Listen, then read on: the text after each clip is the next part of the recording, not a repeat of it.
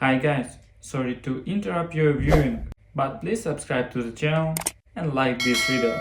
Thank you. I always thought the walls of that house would be the last to betray me, standing there through every eye roll, every slammed door, every teary night when it felt like nobody in that house could even see me. It was a two-story colonial with peeling white paint and a front porch that had been getting fixed next summer for the past 15 years. Funny how the walls that watched you cry also watched you decide to finally walk out. Packing up my life into battered suitcases and cardboard boxes felt more like surgery than moving. Every drawer I opened, every shelf I cleared, cut a little deeper into places I did not even know still hurt. The photos came first, snapshots of forced smiles, awkward hugs at holidays where Eric had made some joke at my expense, everyone else laughing because that's just what you did when Eric decided you were today's punching bag. The trophies I won as a kid were buried in a box under some of Eric's old baseball gear, like my achievements were only worth anything when hidden under the shine of his. Even the smell of the house, old wood, stale coffee, and my mother's perfume lingering like a bad memory made it hard to breathe.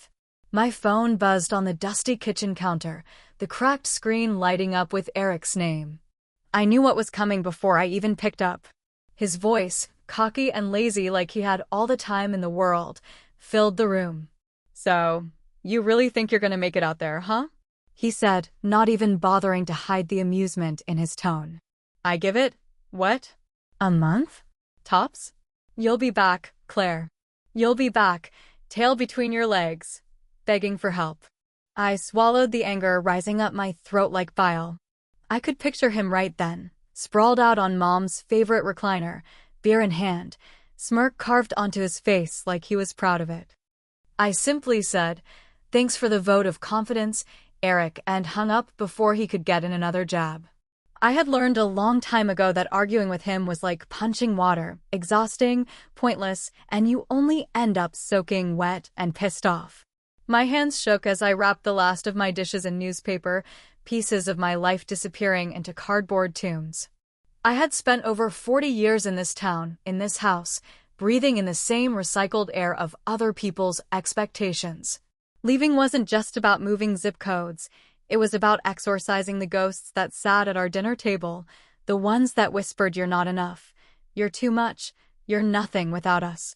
It wasn't that Eric was smarter or better or even luckier, he just played the part better.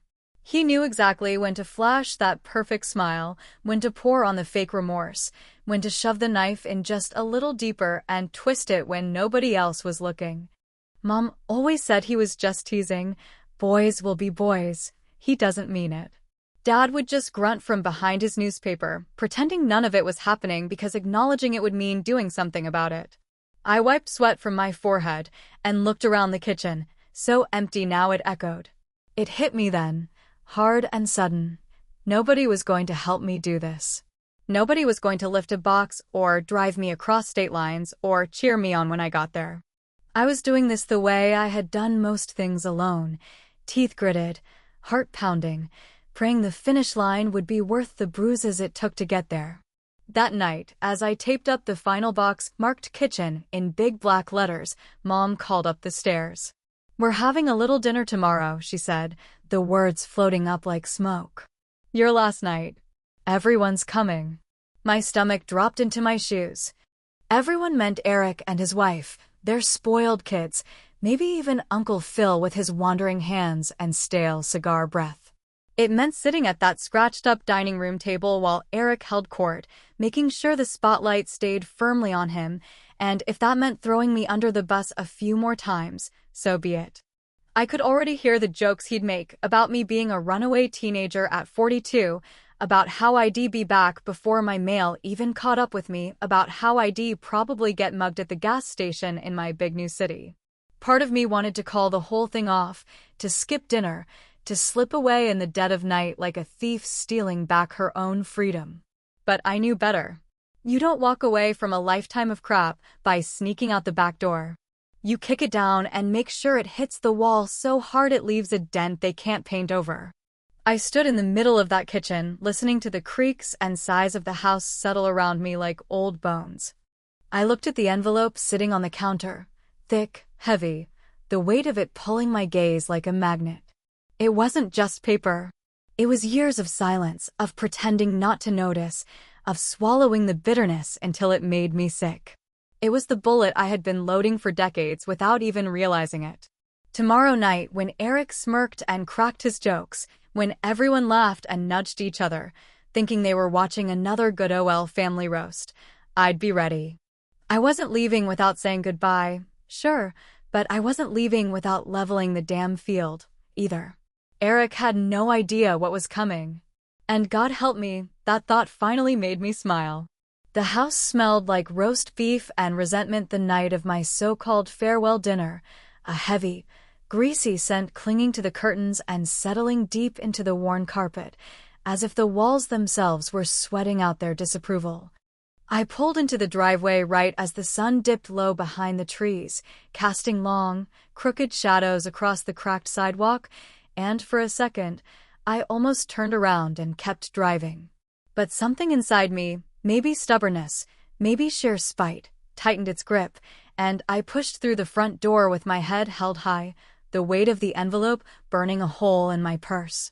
Everyone was already gathered around the old dining table when I walked in, the same table where countless birthdays, graduations, and screaming matches had taken place, the surface scarred by years of elbows, forks, and fists.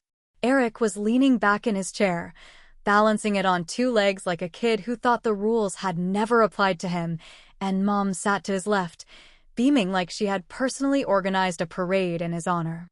Dad was there too, of course, silent as ever, nursing a beer and pretending the television in the next room was more interesting than his family slowly cannibalizing itself in front of him.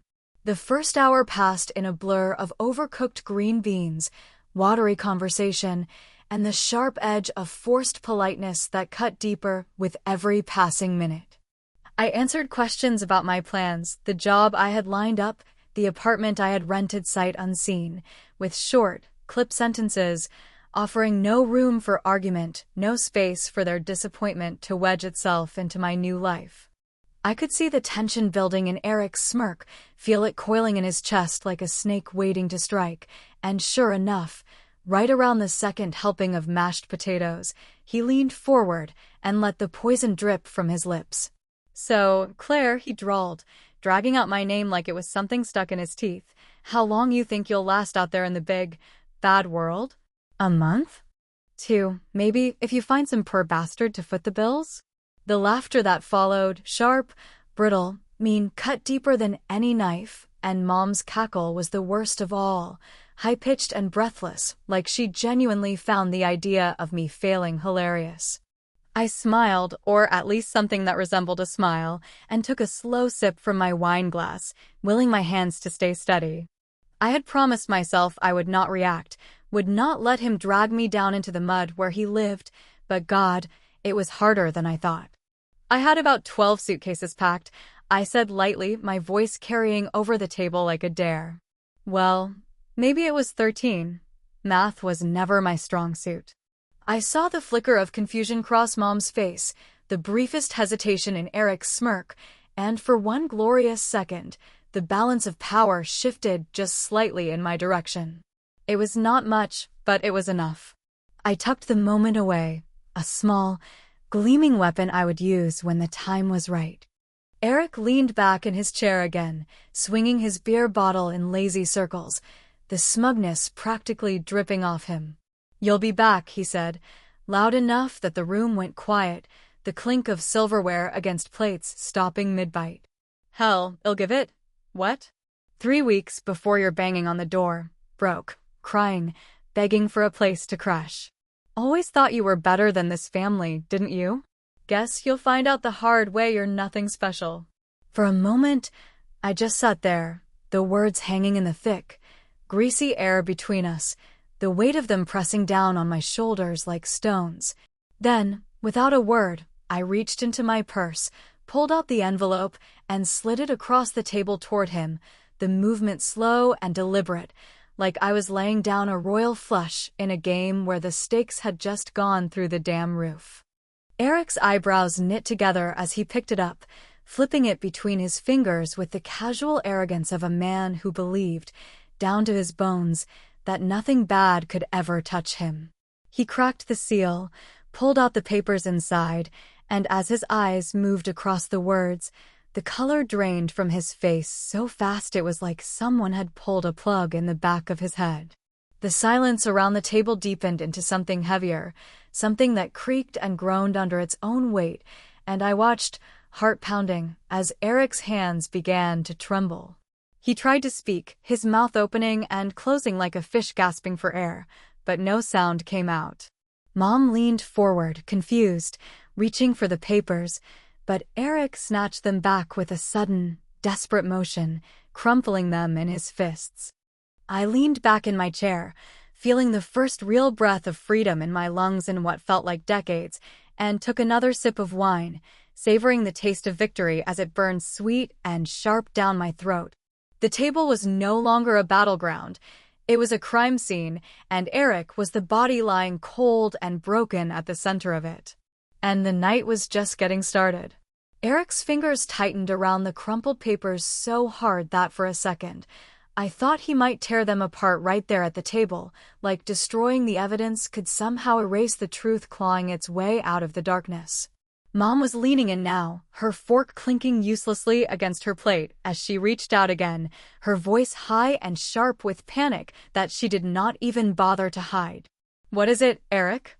She barked, the usual syrupy sweetness stripped away to reveal the brittle, snarling desperation underneath. "What the hell is that?" Eric opened his mouth, shut it again, and then let out a weak, broken laugh that made the hair on the back of my neck stand up. His eyes darted from me to Mom and back again, and in that look, in that tiny flicker of pure, naked fear, I saw the entire facade that had been built up around him start to crack and crumble like rotted wood under a heavy boot. You don't know what you're talking about," Eric stammered finally, his voice barely more than a whisper, but nobody at the table moved, nobody dared to breathe, as if the wrong movement might make the whole house collapse in on itself. I did not say a word.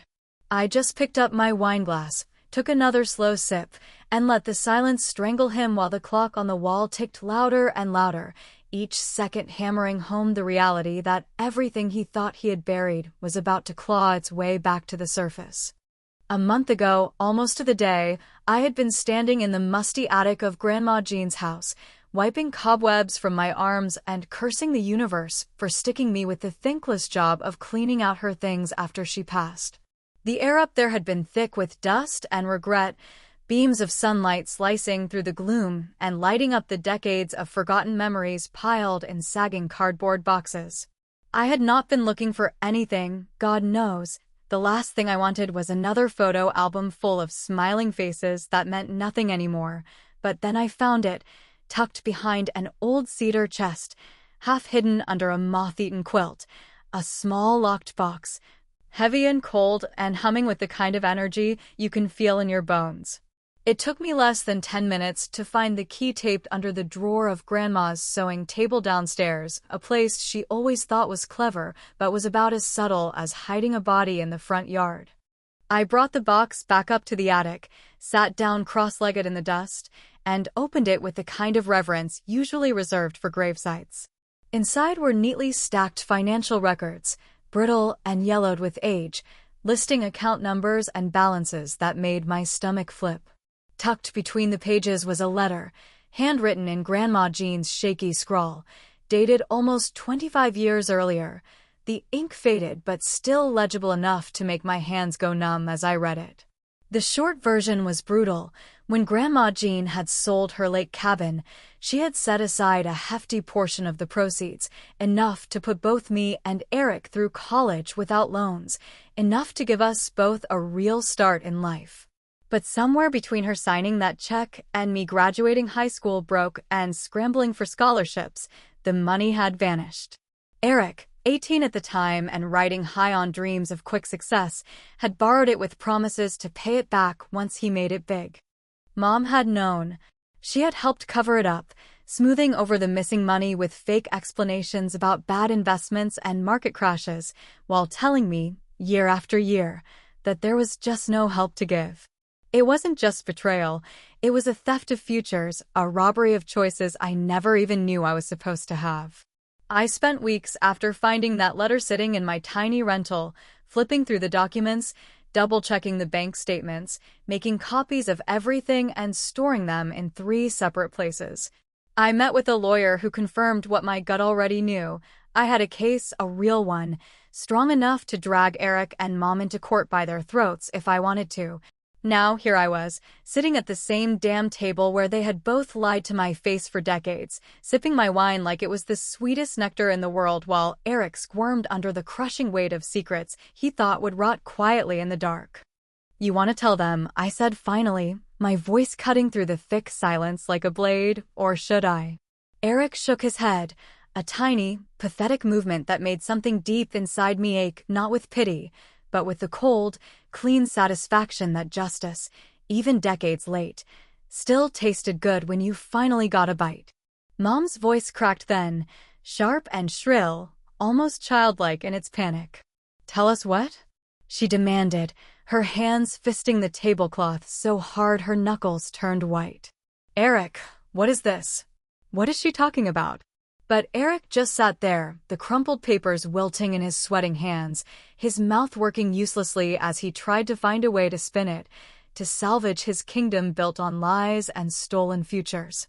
I drained the last of my wine, set the glass down with a quiet clink, and folded my hands in my lap, smiling at him with a calmness I did not even know I possessed. Let him sweat, I thought. Let him rot in the ruins he built himself. This was only the beginning.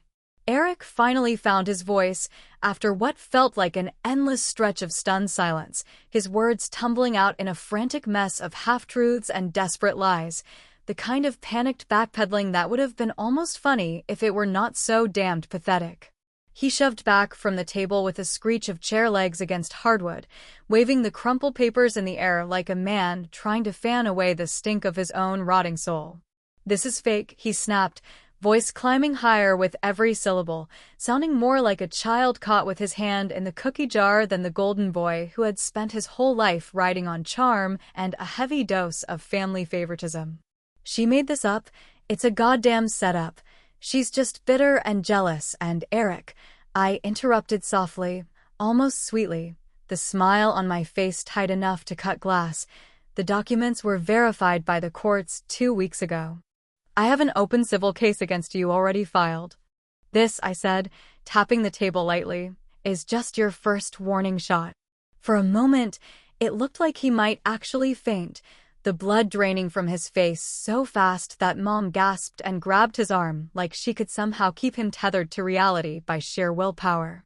He shook her off with a jerk, glaring at me like he wanted to lunge across the table and throttle the life out of me, but all he could do was clench his fists and sputter, because the truth was an iron wall he could not punch through. "You're ruining this family," he hissed, his voice dropping low and venomous, the same tone he had used on me as kids when no one was watching, the voice he saved for making sure I remembered my place at the bottom of the food chain. "You're tearing us apart over nothing." I leaned back in my chair, folding my hands neatly in my lap, the picture of composure even as my heart hammered against my ribs like it was trying to break free from my chest. "Funny," I said, my voice light and almost bored. "I thought stealing tens of thousands of dollars and lying about it for 20 years was what ruined the family. But hey, maybe I'm just overreacting, right?" Mom opened her mouth then, tears already welling up in her eyes, the performance beginning right on schedule. "Claire," she said, voice trembling with wounded pride, "family is family. You don't throw them away because of mistakes. Family is family," I repeated calmly, my hands still folded neatly, my expression unchanging, "until it steals from you and laughs in your face while you're struggling to pay rent in a crappy apartment on the bad side of town." Dad stayed silent in his corner, just like always, his beer untouched now, his eyes fixed somewhere over my shoulder like maybe if he just stared hard enough at the wall, he could pretend he was not here at all. That was fine. I did not need his voice now. I had my own, finally sharpened and steady after a lifetime of being told to sit down, shut up, and swallow whatever bitterness they served. I pulled a second envelope from my purse and slid it across the table to Eric, who recoiled like I had handed him a live grenade. "You have two options," I said, my tone flat and final, leaving no room for argument, no cracks for him to slither through. 1. We go public.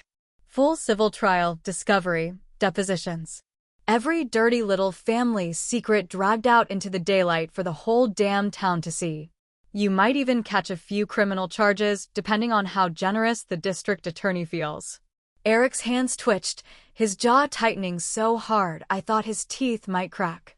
Or, I continued, my voice softening in that fake polite way that people use when they are delivering the final blow, you pay back every single penny, with interest calculated from the date you stole it, and you sign over your half of Grandma Jean's beach house to me. No arguments. No loopholes. No chances for you to weasel out of it later. Mom gasped again, clutching her chest like I had just driven a knife into it, and maybe in a way I had, but I could not find a single ounce of regret in me, not after everything they had taken. I stared at Eric, daring him to try and lie his way out of this one, daring him to pretend he still held any of the cards. "You can't do this," he muttered, voice breaking, hands trembling as he finally picked up the second envelope and rifled through the notarized documents inside. "You can't. You wouldn't really. I already have," I said simply. "The question is whether you want to fight a losing battle in court or walk away with a little bit of dignity left." The room was so silent that the ticking of the old wall clock sounded like cannon fire, each second hammering down the inevitable weight of consequences he had spent half his life dodging. I knew Eric well enough to know he hated losing more than he hated anything, and right now he was standing at the edge of a cliff he had built with his own damn hands, with no way down that didn't end in a fall. "I need time," he croaked finally, his voice so small it barely carried across the table. I smiled, slow and deliberate, savoring the way the air crackled with the shift in power. "You have 24 hours, I said, rising from my chair and grabbing my coat from the back. "After that, the papers get filed and the gloves come off." As I walked toward the door, I caught a glimpse of my reflection in the hallway mirror, shoulders straight, eyes clear, a woman I barely recognized, but was damn proud to meet. Behind me, the sounds of my family unraveling echoed through the house, a slow, painful symphony of betrayal, fear, and the long overdue reckoning they never saw coming. And for the first time in a long, long time, I did not feel like running away. I felt like I was finally standing exactly where I was meant to be. The morning air was thick with that sticky kind of humidity that makes your skin feel heavier, like the very world is trying to hold you in place, begging you not to go, and for a split second as I stood on the cracked driveway, tossing the last box into the back of my battered hatchback, I wondered if it was a sign. Maybe it was the house itself, or maybe it was the ghost of the girl I had been for so long, but something seemed to cling to me, invisible fingers tugging at the hem of my jacket, whispering in a voice too old and too tired to fight. I shook it off like a bad dream, slamming the trunk closed with more force than necessary, and leaned against the car, letting the engine rumble to life under the hood. I had barely set my coffee cup on the dashboard when I heard the door to the house slam open behind me, the sound cracking like a gunshot across the still, heavy air. I turned, unsurprised to see Eric storming down the steps, looking like hell itself had spit him back out. His hair was sticking up in every direction, his shirt was rumpled and stained with something dark around the collar, and his eyes were bloodshot, the whites a sickly pink that made it clear he hadn't slept. He clutched the envelope in one hand so tight the veins in his forearms bulged like they might burst, and the look on his face was something feral, something desperate, like a man who knew he had already lost but refused to go down without at least trying to take someone with him. He didn't say anything at first, just stomped across the driveway and shoved the papers into my chest, the force of it rocking me back a step. I caught them easily. I had been bracing for this exact moment since the night before and flipped through them quickly, scanning for his signature on every dotted line. It was there, scrawled in angry, shaky ink, a pathetic last stand against the inevitable. I slid the papers back into my purse without looking at him, because if I looked at him too long, I might see the pieces of the brother I used to love, and I could not afford that weakness now. "You happy now?" He snarled, his voice hoarse and cracking with something between rage and humiliation. "You got what you wanted, you miserable, heartless bitch." I met his glare with a cool, level stare, refusing to let his words find purchase anywhere inside me. Once upon a time, a long time ago, a comment like that would have gutted me, would have left me bleeding out on the driveway while he walked away victorious. But that girl, the one who begged for scraps of love, who made herself small enough to fit inside the cracks of this broken family, she was gone, burned away in the fires they built to try to destroy her. "You'll still end up alone," he spat, his lip curling back in a sneer that had once made whole rooms of people laugh along with him. "No matter where you go, no matter what you do, you'll always be that sad little loser who wasn't good enough to keep anyone." I let the silence hang there between us, thick and buzzing with all the things neither of us had the guts to say when it might have mattered. I let it soak into the cracked asphalt, into the crumbling porch, into the very bones of the house that had watched us tear each other apart one cruel word at a time. Then I climbed into my car without another word, rolling down the window just enough to catch one last breath of the damp, heavy air that smelled like wet earth and gasoline and endings. I looked once, only once, back at the house, at the sagging roof and the peeling paint, and the windows that looked like hollow, empty eyes, and for a second, I swore I could see the girl I used to be standing there on the porch, watching me go with a sad little smile that didn't quite reach her eyes. I did not wave. I did not cry. I just put the car in drive and rolled down the street, letting the distance grow with every mile, the house shrinking in my rearview mirror until it was nothing but a smear against the horizon, a ghost town of broken promises and shattered illusions. The road stretched out in front of me, long and flat and empty, a blank canvas that should have felt thrilling, but somehow only felt hollow. The farther I got from that house, the lighter my chest felt, but it was a brittle kind of lightness, fragile and aching, like a bird with a broken wing still trying to fly because it doesn't know what else to do. I drove for hours, the landscape shifting from tight, cramped neighborhoods to open fields and endless sky, but no matter how far I went, a small voice kept whispering in the back of my mind, low and persistent and impossible to ignore. It asked questions I wasn't ready to answer yet, questions that gnawed at the edges of my newfound freedom like rats in the walls. Was I really free now? Or had I just traded one kind of prison for another, one with no walls and no locks, but with chains I couldn't see yet? As the sun dipped low and the sky bled into shades of orange and purple, I rolled down my window and let the wind whip through my hair, stinging my cheeks and filling my lungs with the wild, sharp scent of something almost like hope. Maybe I would find out in time. Maybe I would build a new life from the wreckage, something stronger, something real. Or maybe some ghosts are meant to ride shotgun with you no matter how far you run. I kept driving, the road unfolding before me in long, endless ribbons, and for the first time in a long, long time, I didn't know where I was going. And for once, that felt exactly right.